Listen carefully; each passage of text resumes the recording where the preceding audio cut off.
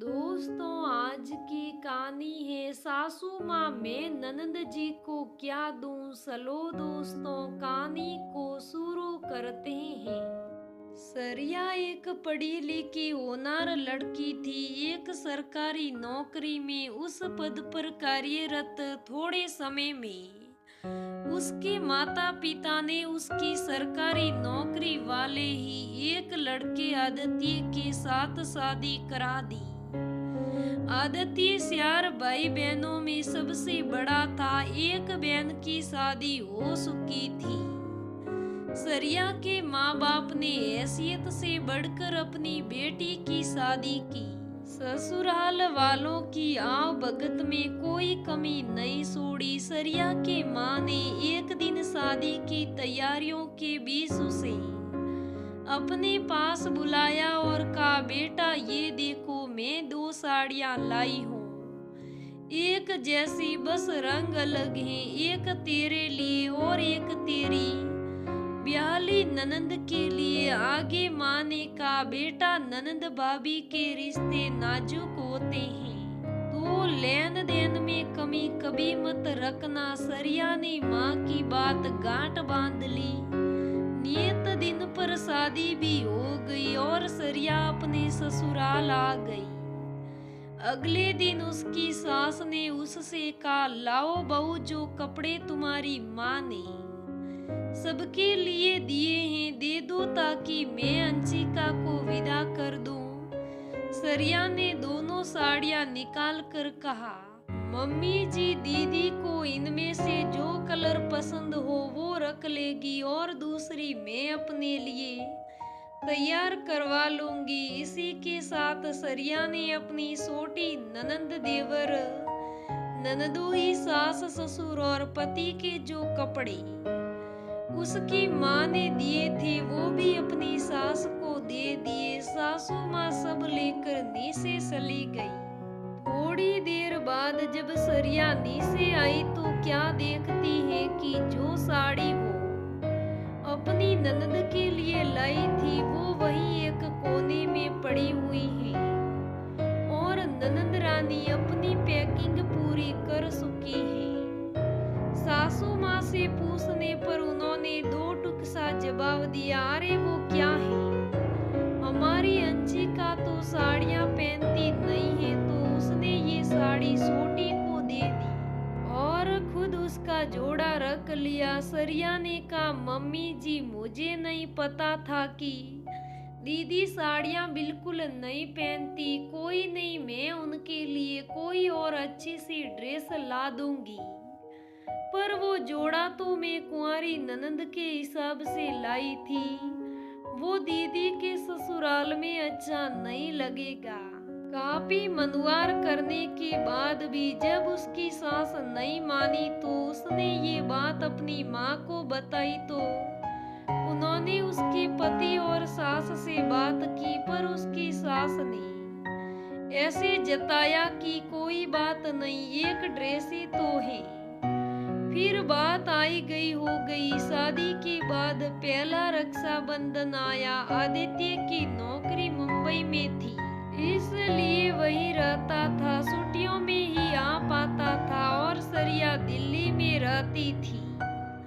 सरिया का ऑफिस उसके ससुराल में 70 किमी दूर था। रोज सुबह सुबह निकलना और शाम को देर रात घर आना हो पाता था। ऐसे में वो ना अपने भाई के लिए राखी खरीद पाई, न ही अपने हाथों में मेहंदी रचा पाई। खैर, राखी वाले दिन आदित्य की बहनों ने अपने भाई और भाभी को राखी बांधी। रिवाज के अनुसार सरिया ने अपनी सास से पूछा, मम्मी जी, दीदी का लेन देन का कैसा करना है, बता दीजिए। तो उसकी सास ने क्या कहा, जरूरत है, मैं कर तो रही हूँ। सरिया को उनकी ये बात थोड़ी अटपटी लगी, फिर भी उसने कहा, फिर भी मम्मी जी, अब तो शादी के बाद मेरी और आदित्य की भी जिम्मेदारी बनती है। तो सास ने सिड़कर कहा, तो तुम्हें पहले ही गिफ्ट लाकर रखना चाहिए था ना।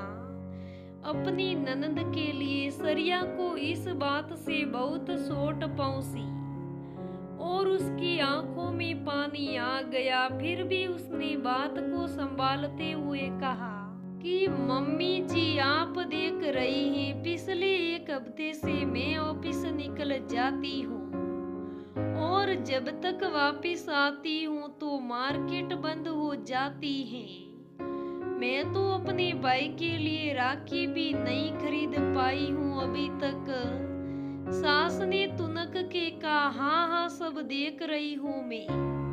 सरिया किसी से अपने मन की बात कहती आदित्य को कहा तो उसने कहा, हाँ तो तुम क्यों टेंशन ले रही हो, मम्मी कर रही है ना। पर सरिया को ये सब सही नहीं लग रहा था। खैर उसने आदित्य की बात मान ली, इस बात को मन से निकाल दिया। फिर एक दिन सरिया को मार्केट में किसी दूर की बुआ सास मिली। बातों बातों में उन्होंने कहा, सरिया अंशिका तो हमेशा यही कहती है कि मेरी भाभी तो बड़ी कंजूस है, मेरी भाभी के हाथ से तो एक पैसा भी नहीं छूटता है, लेना देना तो वो जानती भी नहीं है।